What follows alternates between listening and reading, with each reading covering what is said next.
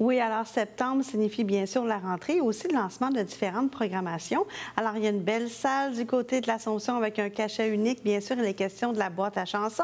Alors, pour nous parler de la programmation, on reçoit le responsable à la programmation, M. Paris, et aussi sa présidente, Sylvie Rochefort. Bienvenue à TVRM. Bonjour. Bonjour. Merci de nous avoir invités. Bien, ça nous fait plaisir. Écoutez, bon, je disais d'entrée de jeu que c'est le début de programmation pour bien des salles de la région.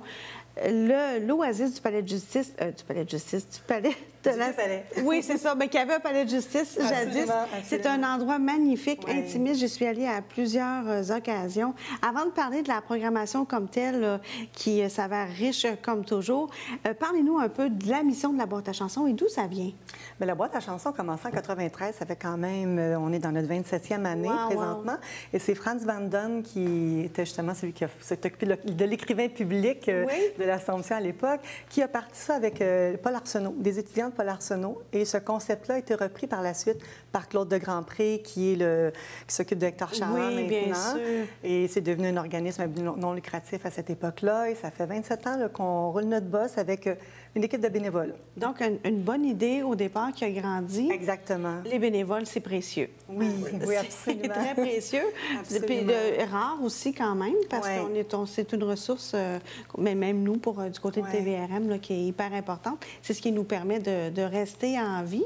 Pour certains, même de survivre, oui. On est chanceux, on a une très, très belle équipe de bénévoles de plus en plus. Je pense qu'on a une dizaine de bénévoles maintenant qui travaillent le vendredi soir. François s'occupe de la programmation. On a bénévole aussi, Catherine, qui s'occupe des réseaux sociaux.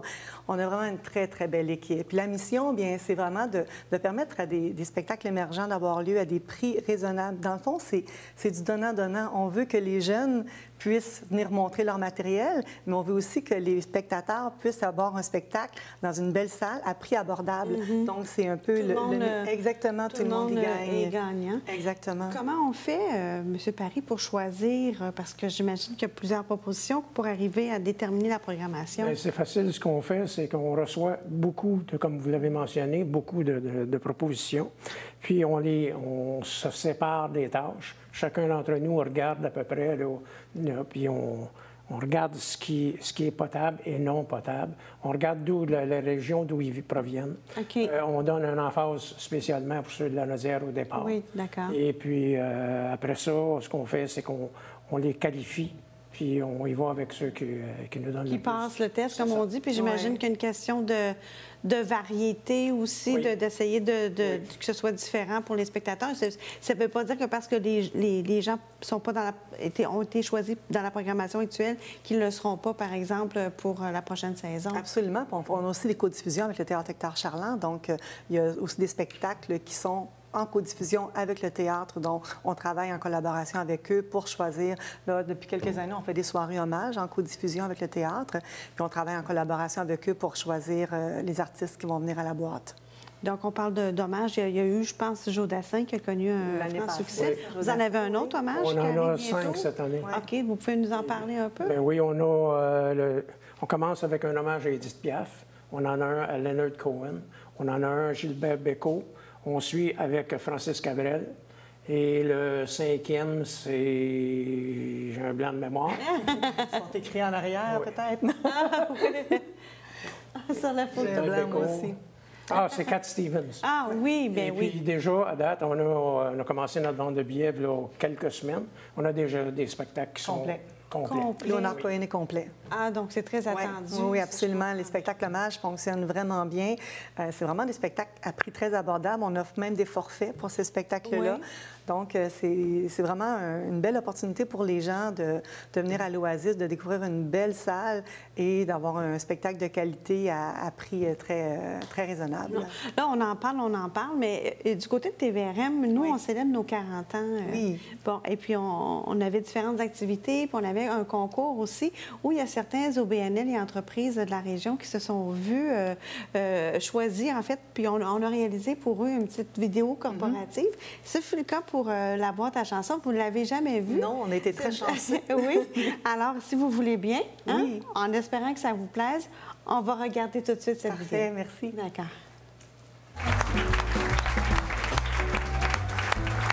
Mon nom, c'est Frans van Dun, c'est un nom importé. Et ma position aujourd'hui, c'est d'être un grand sympathisant. Mais je pense que je suis pas mal à l'origine de la boîte à chansons. Et à un moment donné, on a eu un coup de fil de Belgique d'un ami qui nous a demandé d'accueillir un des grands chansonniers belges, un peu le Gilles Vigneault belge, s'appelait Julos Bocarne, parce qu'il venait au Québec pour la première fois. On l'a accueilli chez nous et il a donné un spectacle à Paul Arsenault. Et on a fait de la publicité, on a vendu des billets. Ça a été un succès. Et ça a été pour nous, je pense, un peu une étincelle d'allumage. Quand j'ai vu pour la première fois la salle ici du Vieux Palais, immédiatement, spontanément, je me suis dit, mais c'est une boîte à chansons, ça. Ainsi soit-il. L'histoire commence presque en même temps que la sienne parce que en 93, lorsque Claude de Grandpré a repris le flambeau de la boîte à chansons, Claude est un pianiste à la base. Moi, je venais d'arriver dans l'Assomption, il cherchait des personnes pour faire des spectacles à la nouvelle boîte à chansons. Donc, je suis venue passer une audition parce qu'à la base, je suis chanteuse et mon amour avec l'endroit, la pièce ici, la bâtisse en premier et par la suite avec la boîte à chansons a commencé en 92. C'est vraiment le coup de cœur de la place ici. On dirait que quand je rentre à l'Oasis Vieux Palais, je sais pas si j'ai vécu dans une vie antérieure ici, mais je me sens chez moi ici. Je connaissais pas l'Oasis du Vieux Palais et j'ai reçu un coup de téléphone à un moment donné pour me demander si je voudrais pas offrir un spectacle bénéfice à l'Église pour venir en aide financièrement à l'Oasis du Vieux Palais. Alors, j'ai dit oui, mais j'aimerais ça visiter l'endroit, je veux savoir dans quoi je m'implique. Et quand je suis arrivé ici, l'endroit me parlait. De voir une bâtisse comme ça, qui fait partie du patrimoine, j'ai trouvé ça vraiment extraordinaire. On a toujours cherché à donner une chance à des gens de la place, des orchestres, des jeunes. Tout le monde est en forme? Oui! Les bénévoles, c'est le cœur de la boîte parce que tout le monde qui travaille à la boîte, sauf le technicien, qui est quand même un professionnel, nous sommes tous des bénévoles. Donc, pour être capable d'attirer des bénévoles qui vont s'occuper d'un travail comme celui-là, il faut qu'il y ait quelque chose, il faut que ce soit... faut qu'il y ait une âme. Et je pense que c'est l'âme de la boîte à chansons qui fait en sorte que les bénévoles sont prêts à donner du temps. Nous avons en ce moment une ville qui redémarre, qui a connu une période difficile.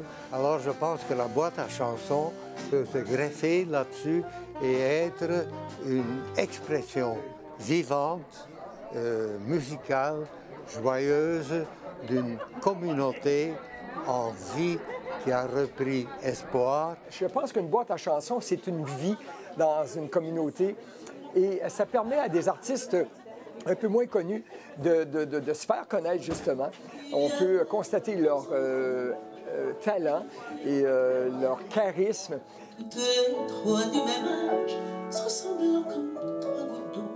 Depuis le début de mon mandat, on a pris le virage réseau avec Facebook, Instagram. Donc, on a donné ce virage-là à la boîte depuis quelques années. On ne peut pas tout prévoir. Et le plaisir, justement, c'est de s'adapter aux nouvelles circonstances, mais aussi de prendre des initiatives qui font évoluer le milieu. Et je pense que c'est toujours très en vie, très dynamique. Donc, on peut avoir de l'espoir que ça va durer encore de longues années sans savoir exactement quel visage ça va prendre.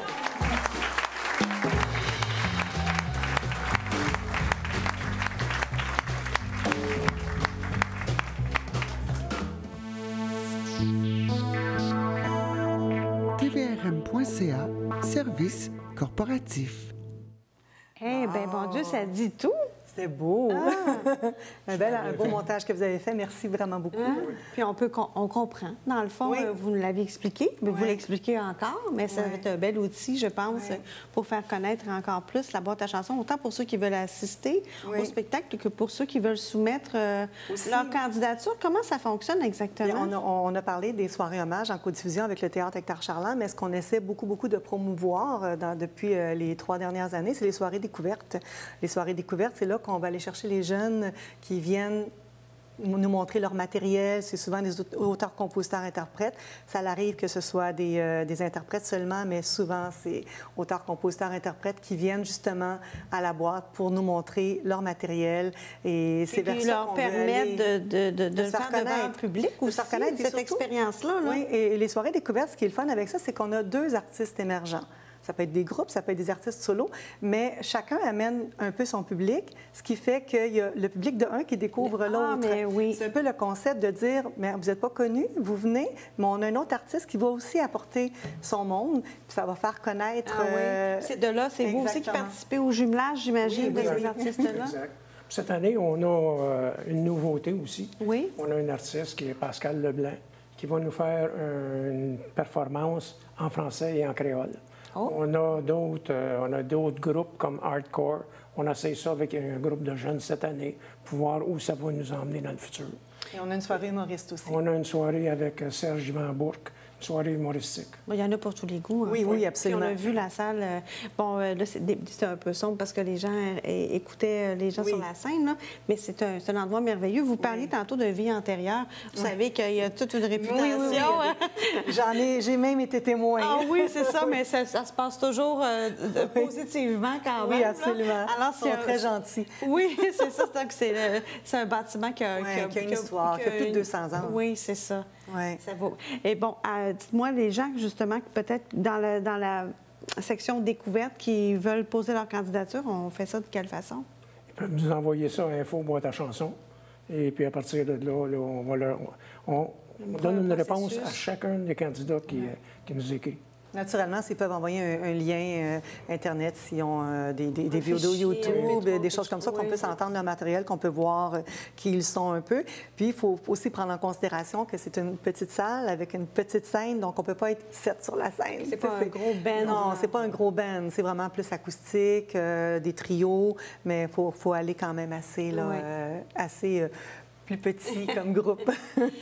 Ça commence... le 27 septembre. C'est le vendredi, samedi? C'est toujours les vendredis. Le 27 septembre, on commence avec une soirée découverte qui est quelqu'un de la région, très bon, qui est Toby Laflamme, avec un groupe, justement, le groupe de jeunes qui sont hardcore, puis qui sont de la région aussi. Ça s'appelle Métropole. Métropole, c'est en plein ça. OK, donc tous les vendredis? Pas tous les vendredis. Non, il y a 16. On a 16 vendredis pendant l'année. Mais tout est bien décrit sur notre site Web, notre page Facebook. C'est quand même assez facile d'avoir l'information. Et les billets sont toujours en vente au Théâtre Hector Charland, à la billetterie. Donc, c'est assez facile aussi de se procurer des billets. Oui, puis ça, c'est le fun parce que, en fait, le Théâtre Hector Charland, Claude de Grandpré, on en parlait tantôt, qui ouvre grand les bras aux petites salles. On parle de l'Ange Cornu, des trucs du genre aux alentours. C'est vraiment l'Assomption, c'est une ville qui bouillonne de culture. Absolument. C'est vraiment fantastique. Et puis, si on veut se joindre comme vous à l'équipe de bénévoles, il y a toujours, j'imagine, même chose à info. La place. Oui, info. Donc, on envoie tout à info. Tout là, on nous répond rapidement. Alors, pour avoir la culture... de tatouer sur le cœur comme vous. Oui, c'est ça. Mais merci infiniment de votre passage. Ça nous a fait plaisir. Merci à vous. Merci beaucoup. Oui, alors on va pouvoir vous remettre la petite vidéo d'une façon quelconque pour que vous puissiez le partager, bien sûr, si vous voulez. Merci encore une fois. Un bon retour du côté de l'Assomption. Bien, merci beaucoup. On s'arrête un instant. Ne bougez pas. Au retour des actualités ou la météo.